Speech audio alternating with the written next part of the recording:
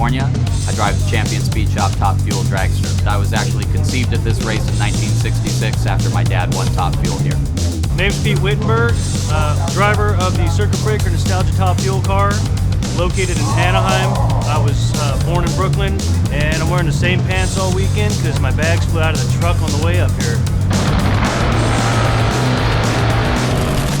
Okay, so here we are, first round of Top Fuel at the 59th March meet. I mean, qualifying was kind of nutty, but also, like, the field wasn't that tight. Kind of a slack bump at 6.02 seconds with Mendy Fry. What do you think about this, Whit? Well, what that means, Cole, is that it's a kind of a wide open race. Yes. Because Mendy Fry and some of these other guys that didn't run so well can easily find 2, 3, or even 4 tenths. Right. And that's huge Yes. in this sport.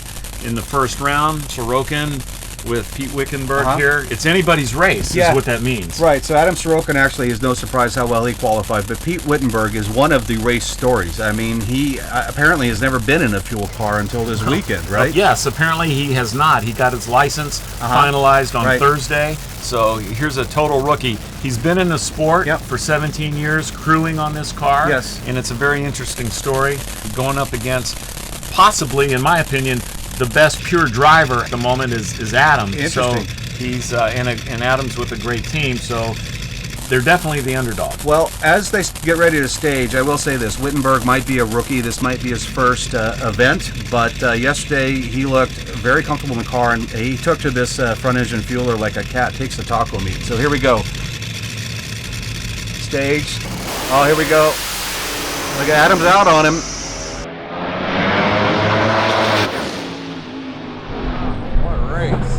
Wittenberg caught him in the top end with a 235 miles an hour, 578. That looked like that was Sorokin's race the whole way. At 1,000 feet, Adam was certainly ahead, and Wittenberg came around him. That's a huge upset. A 581, 233 for Adam Sorokin, but he's not going to get his second March meet title.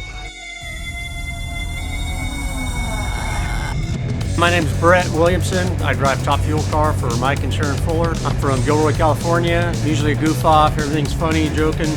The only thing I take serious is driving a race car. Hi, I'm Dusty Green, driver of Steve Harwood's Nitro Hemi from Pleasant Hill, California, and my other car's a Prius.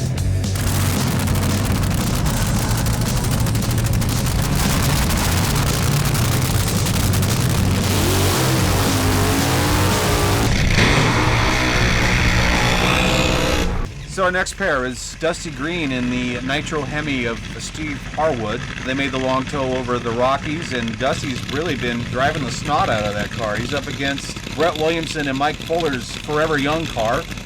And Mike Fuller is a very spry, I'd say 74 years old, so forever something. And they've actually won this event with Bill Dunlap driving in the mid-90s. Yeah, that's very cool. And Bret, of course, is a longtime alcohol funny car racer, and he's got a lot of experience. He's a good driver. So Dusty, like I said, has been driving it like a sprint car and getting it to the big end on time. Let's see how they do with this particular pair. The drivers pull up, they're pre-staged. Mike Fuller's dinking around with the injector, and it looks like they're ready to go. Dusty Green left lane, Bret Williamson right lane. Dusty had to wait a while.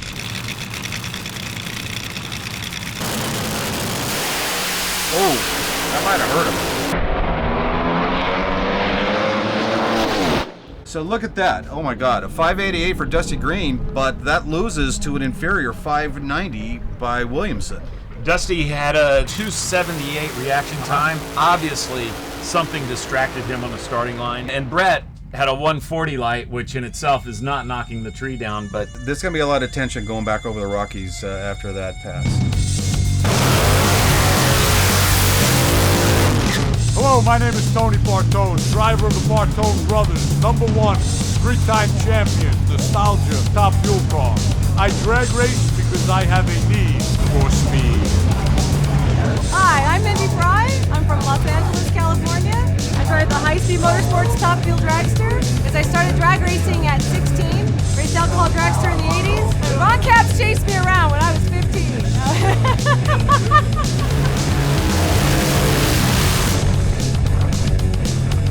So here we are, third pair, and I don't know, man. Tony Bartone, #1 qualifier. That car's running pretty much like a rocket ship, and he's up against Mendy Fry, who honestly has not had a very great weekend thus far. They've really struggled. The car hasn't gone down the track, and you know, it's Mendy's first weekend in this car.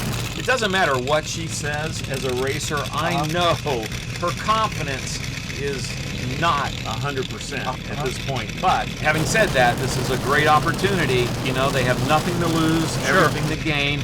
They're racing the champion. You give it everything you have. Meanwhile, Bartone, man, I mean, you know, he's the cat's pajamas. He's the 3-time repeating champ, and he's won 2 of these March meets already. He's definitely here to put a 3rd title in his quiver. You know, Tony's a very aggressive individual. He's an aggressive driver, and they've got a big gold #1 on the side of the car, which makes you a target. So, but he's an exceptional racer. Well, you don't want to be a target. Let's see what happens here. He tickled the bulbs, and then he double-stepped it. Mendy was late, but she drove away from him. Oh my God, and it looks like Bartone has crossed the center line, so there were 2 cars in the same lane. Luckily, she was ahead of him, and what an upset. That's a pretty big upset, actually, to see Tony make a mistake like that. It happens. Hang on, look at those numbers. A 5:59 and 2:49. That's a career best for Mendy. Yeah, awesome run. I mean, the team got everything together. Mendy did her job. Tony double-stepped it on the starting line. Unbelievable as Bartone DQs when he crosses the center line. It's a heartbreaker for Tony. He won't take that well. Oof. I'm Jim Murphy from Santa Rosa, California.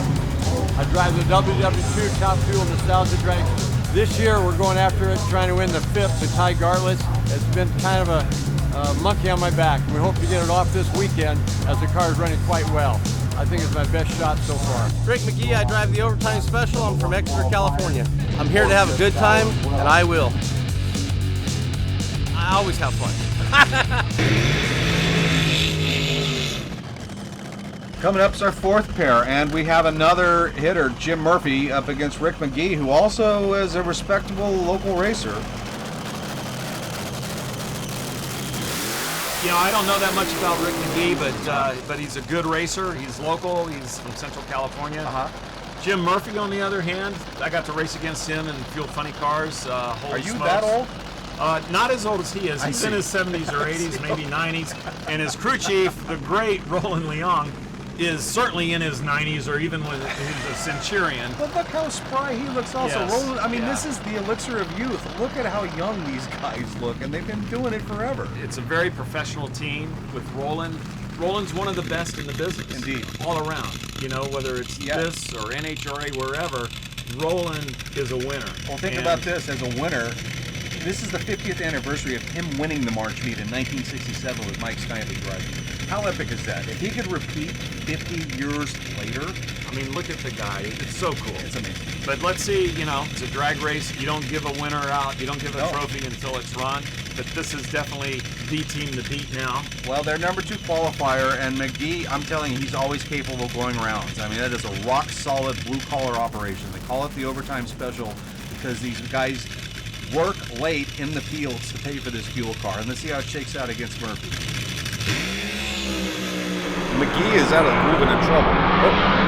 He saves it. And Murphy puts up a reasonable, very reasonable 571 at 243. But after that 59, 71s are like nothing that special. No, they're not. But, you know, that car definitely has the potential to step up another tenth and a half and be right there. I mean, we know that. Roland can tune that thing. They have the parts. They have the budget. They have the driver. It's all there. It's just a matter of turning the right knobs. Well, that brings us to our semifinal pairings, and we're going to have Mendy Fry up against Pete Wittenberg, the Wunderkind, you know, the rookie. And Mendy's got lane choice by virtue of the 59. The second pair will be Jim Murphy against Bret Williamson, and anything can happen there too. So we'll come back with the semifinals of Top Fuel Eliminator.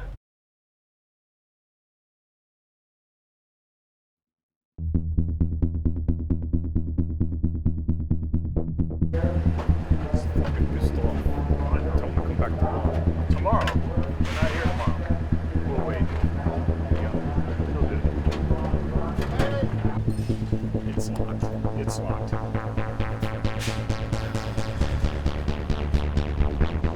No, he won't say that. Make it stop. Hey, you or me? Oh. Okay.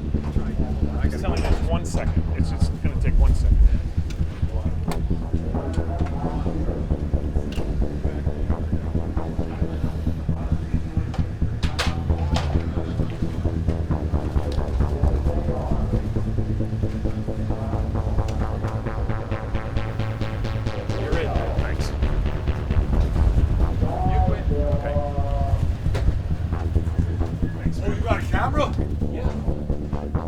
It'll be fast. I'm pretty upset right now, guys. I know. You ready? Tony, you've won a lot of world championships, and you're the defending champion in this class, but drag racing is a sport where yesterday doesn't matter. You're here at the March meet. What happened in the first round?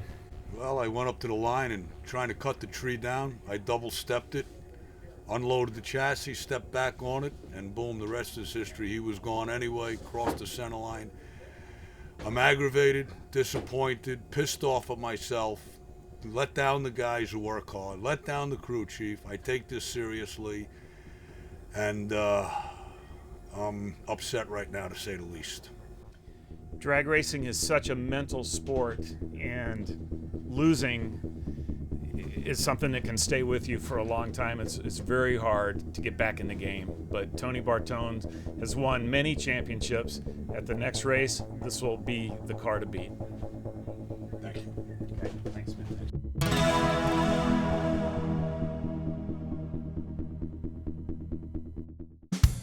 Dragstrip Rumble is brought to you by SCE Gaskets.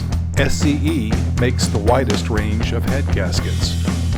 From 8,000 horsepower fuel-burning Hemis to Model A Fords, we've got it sealed.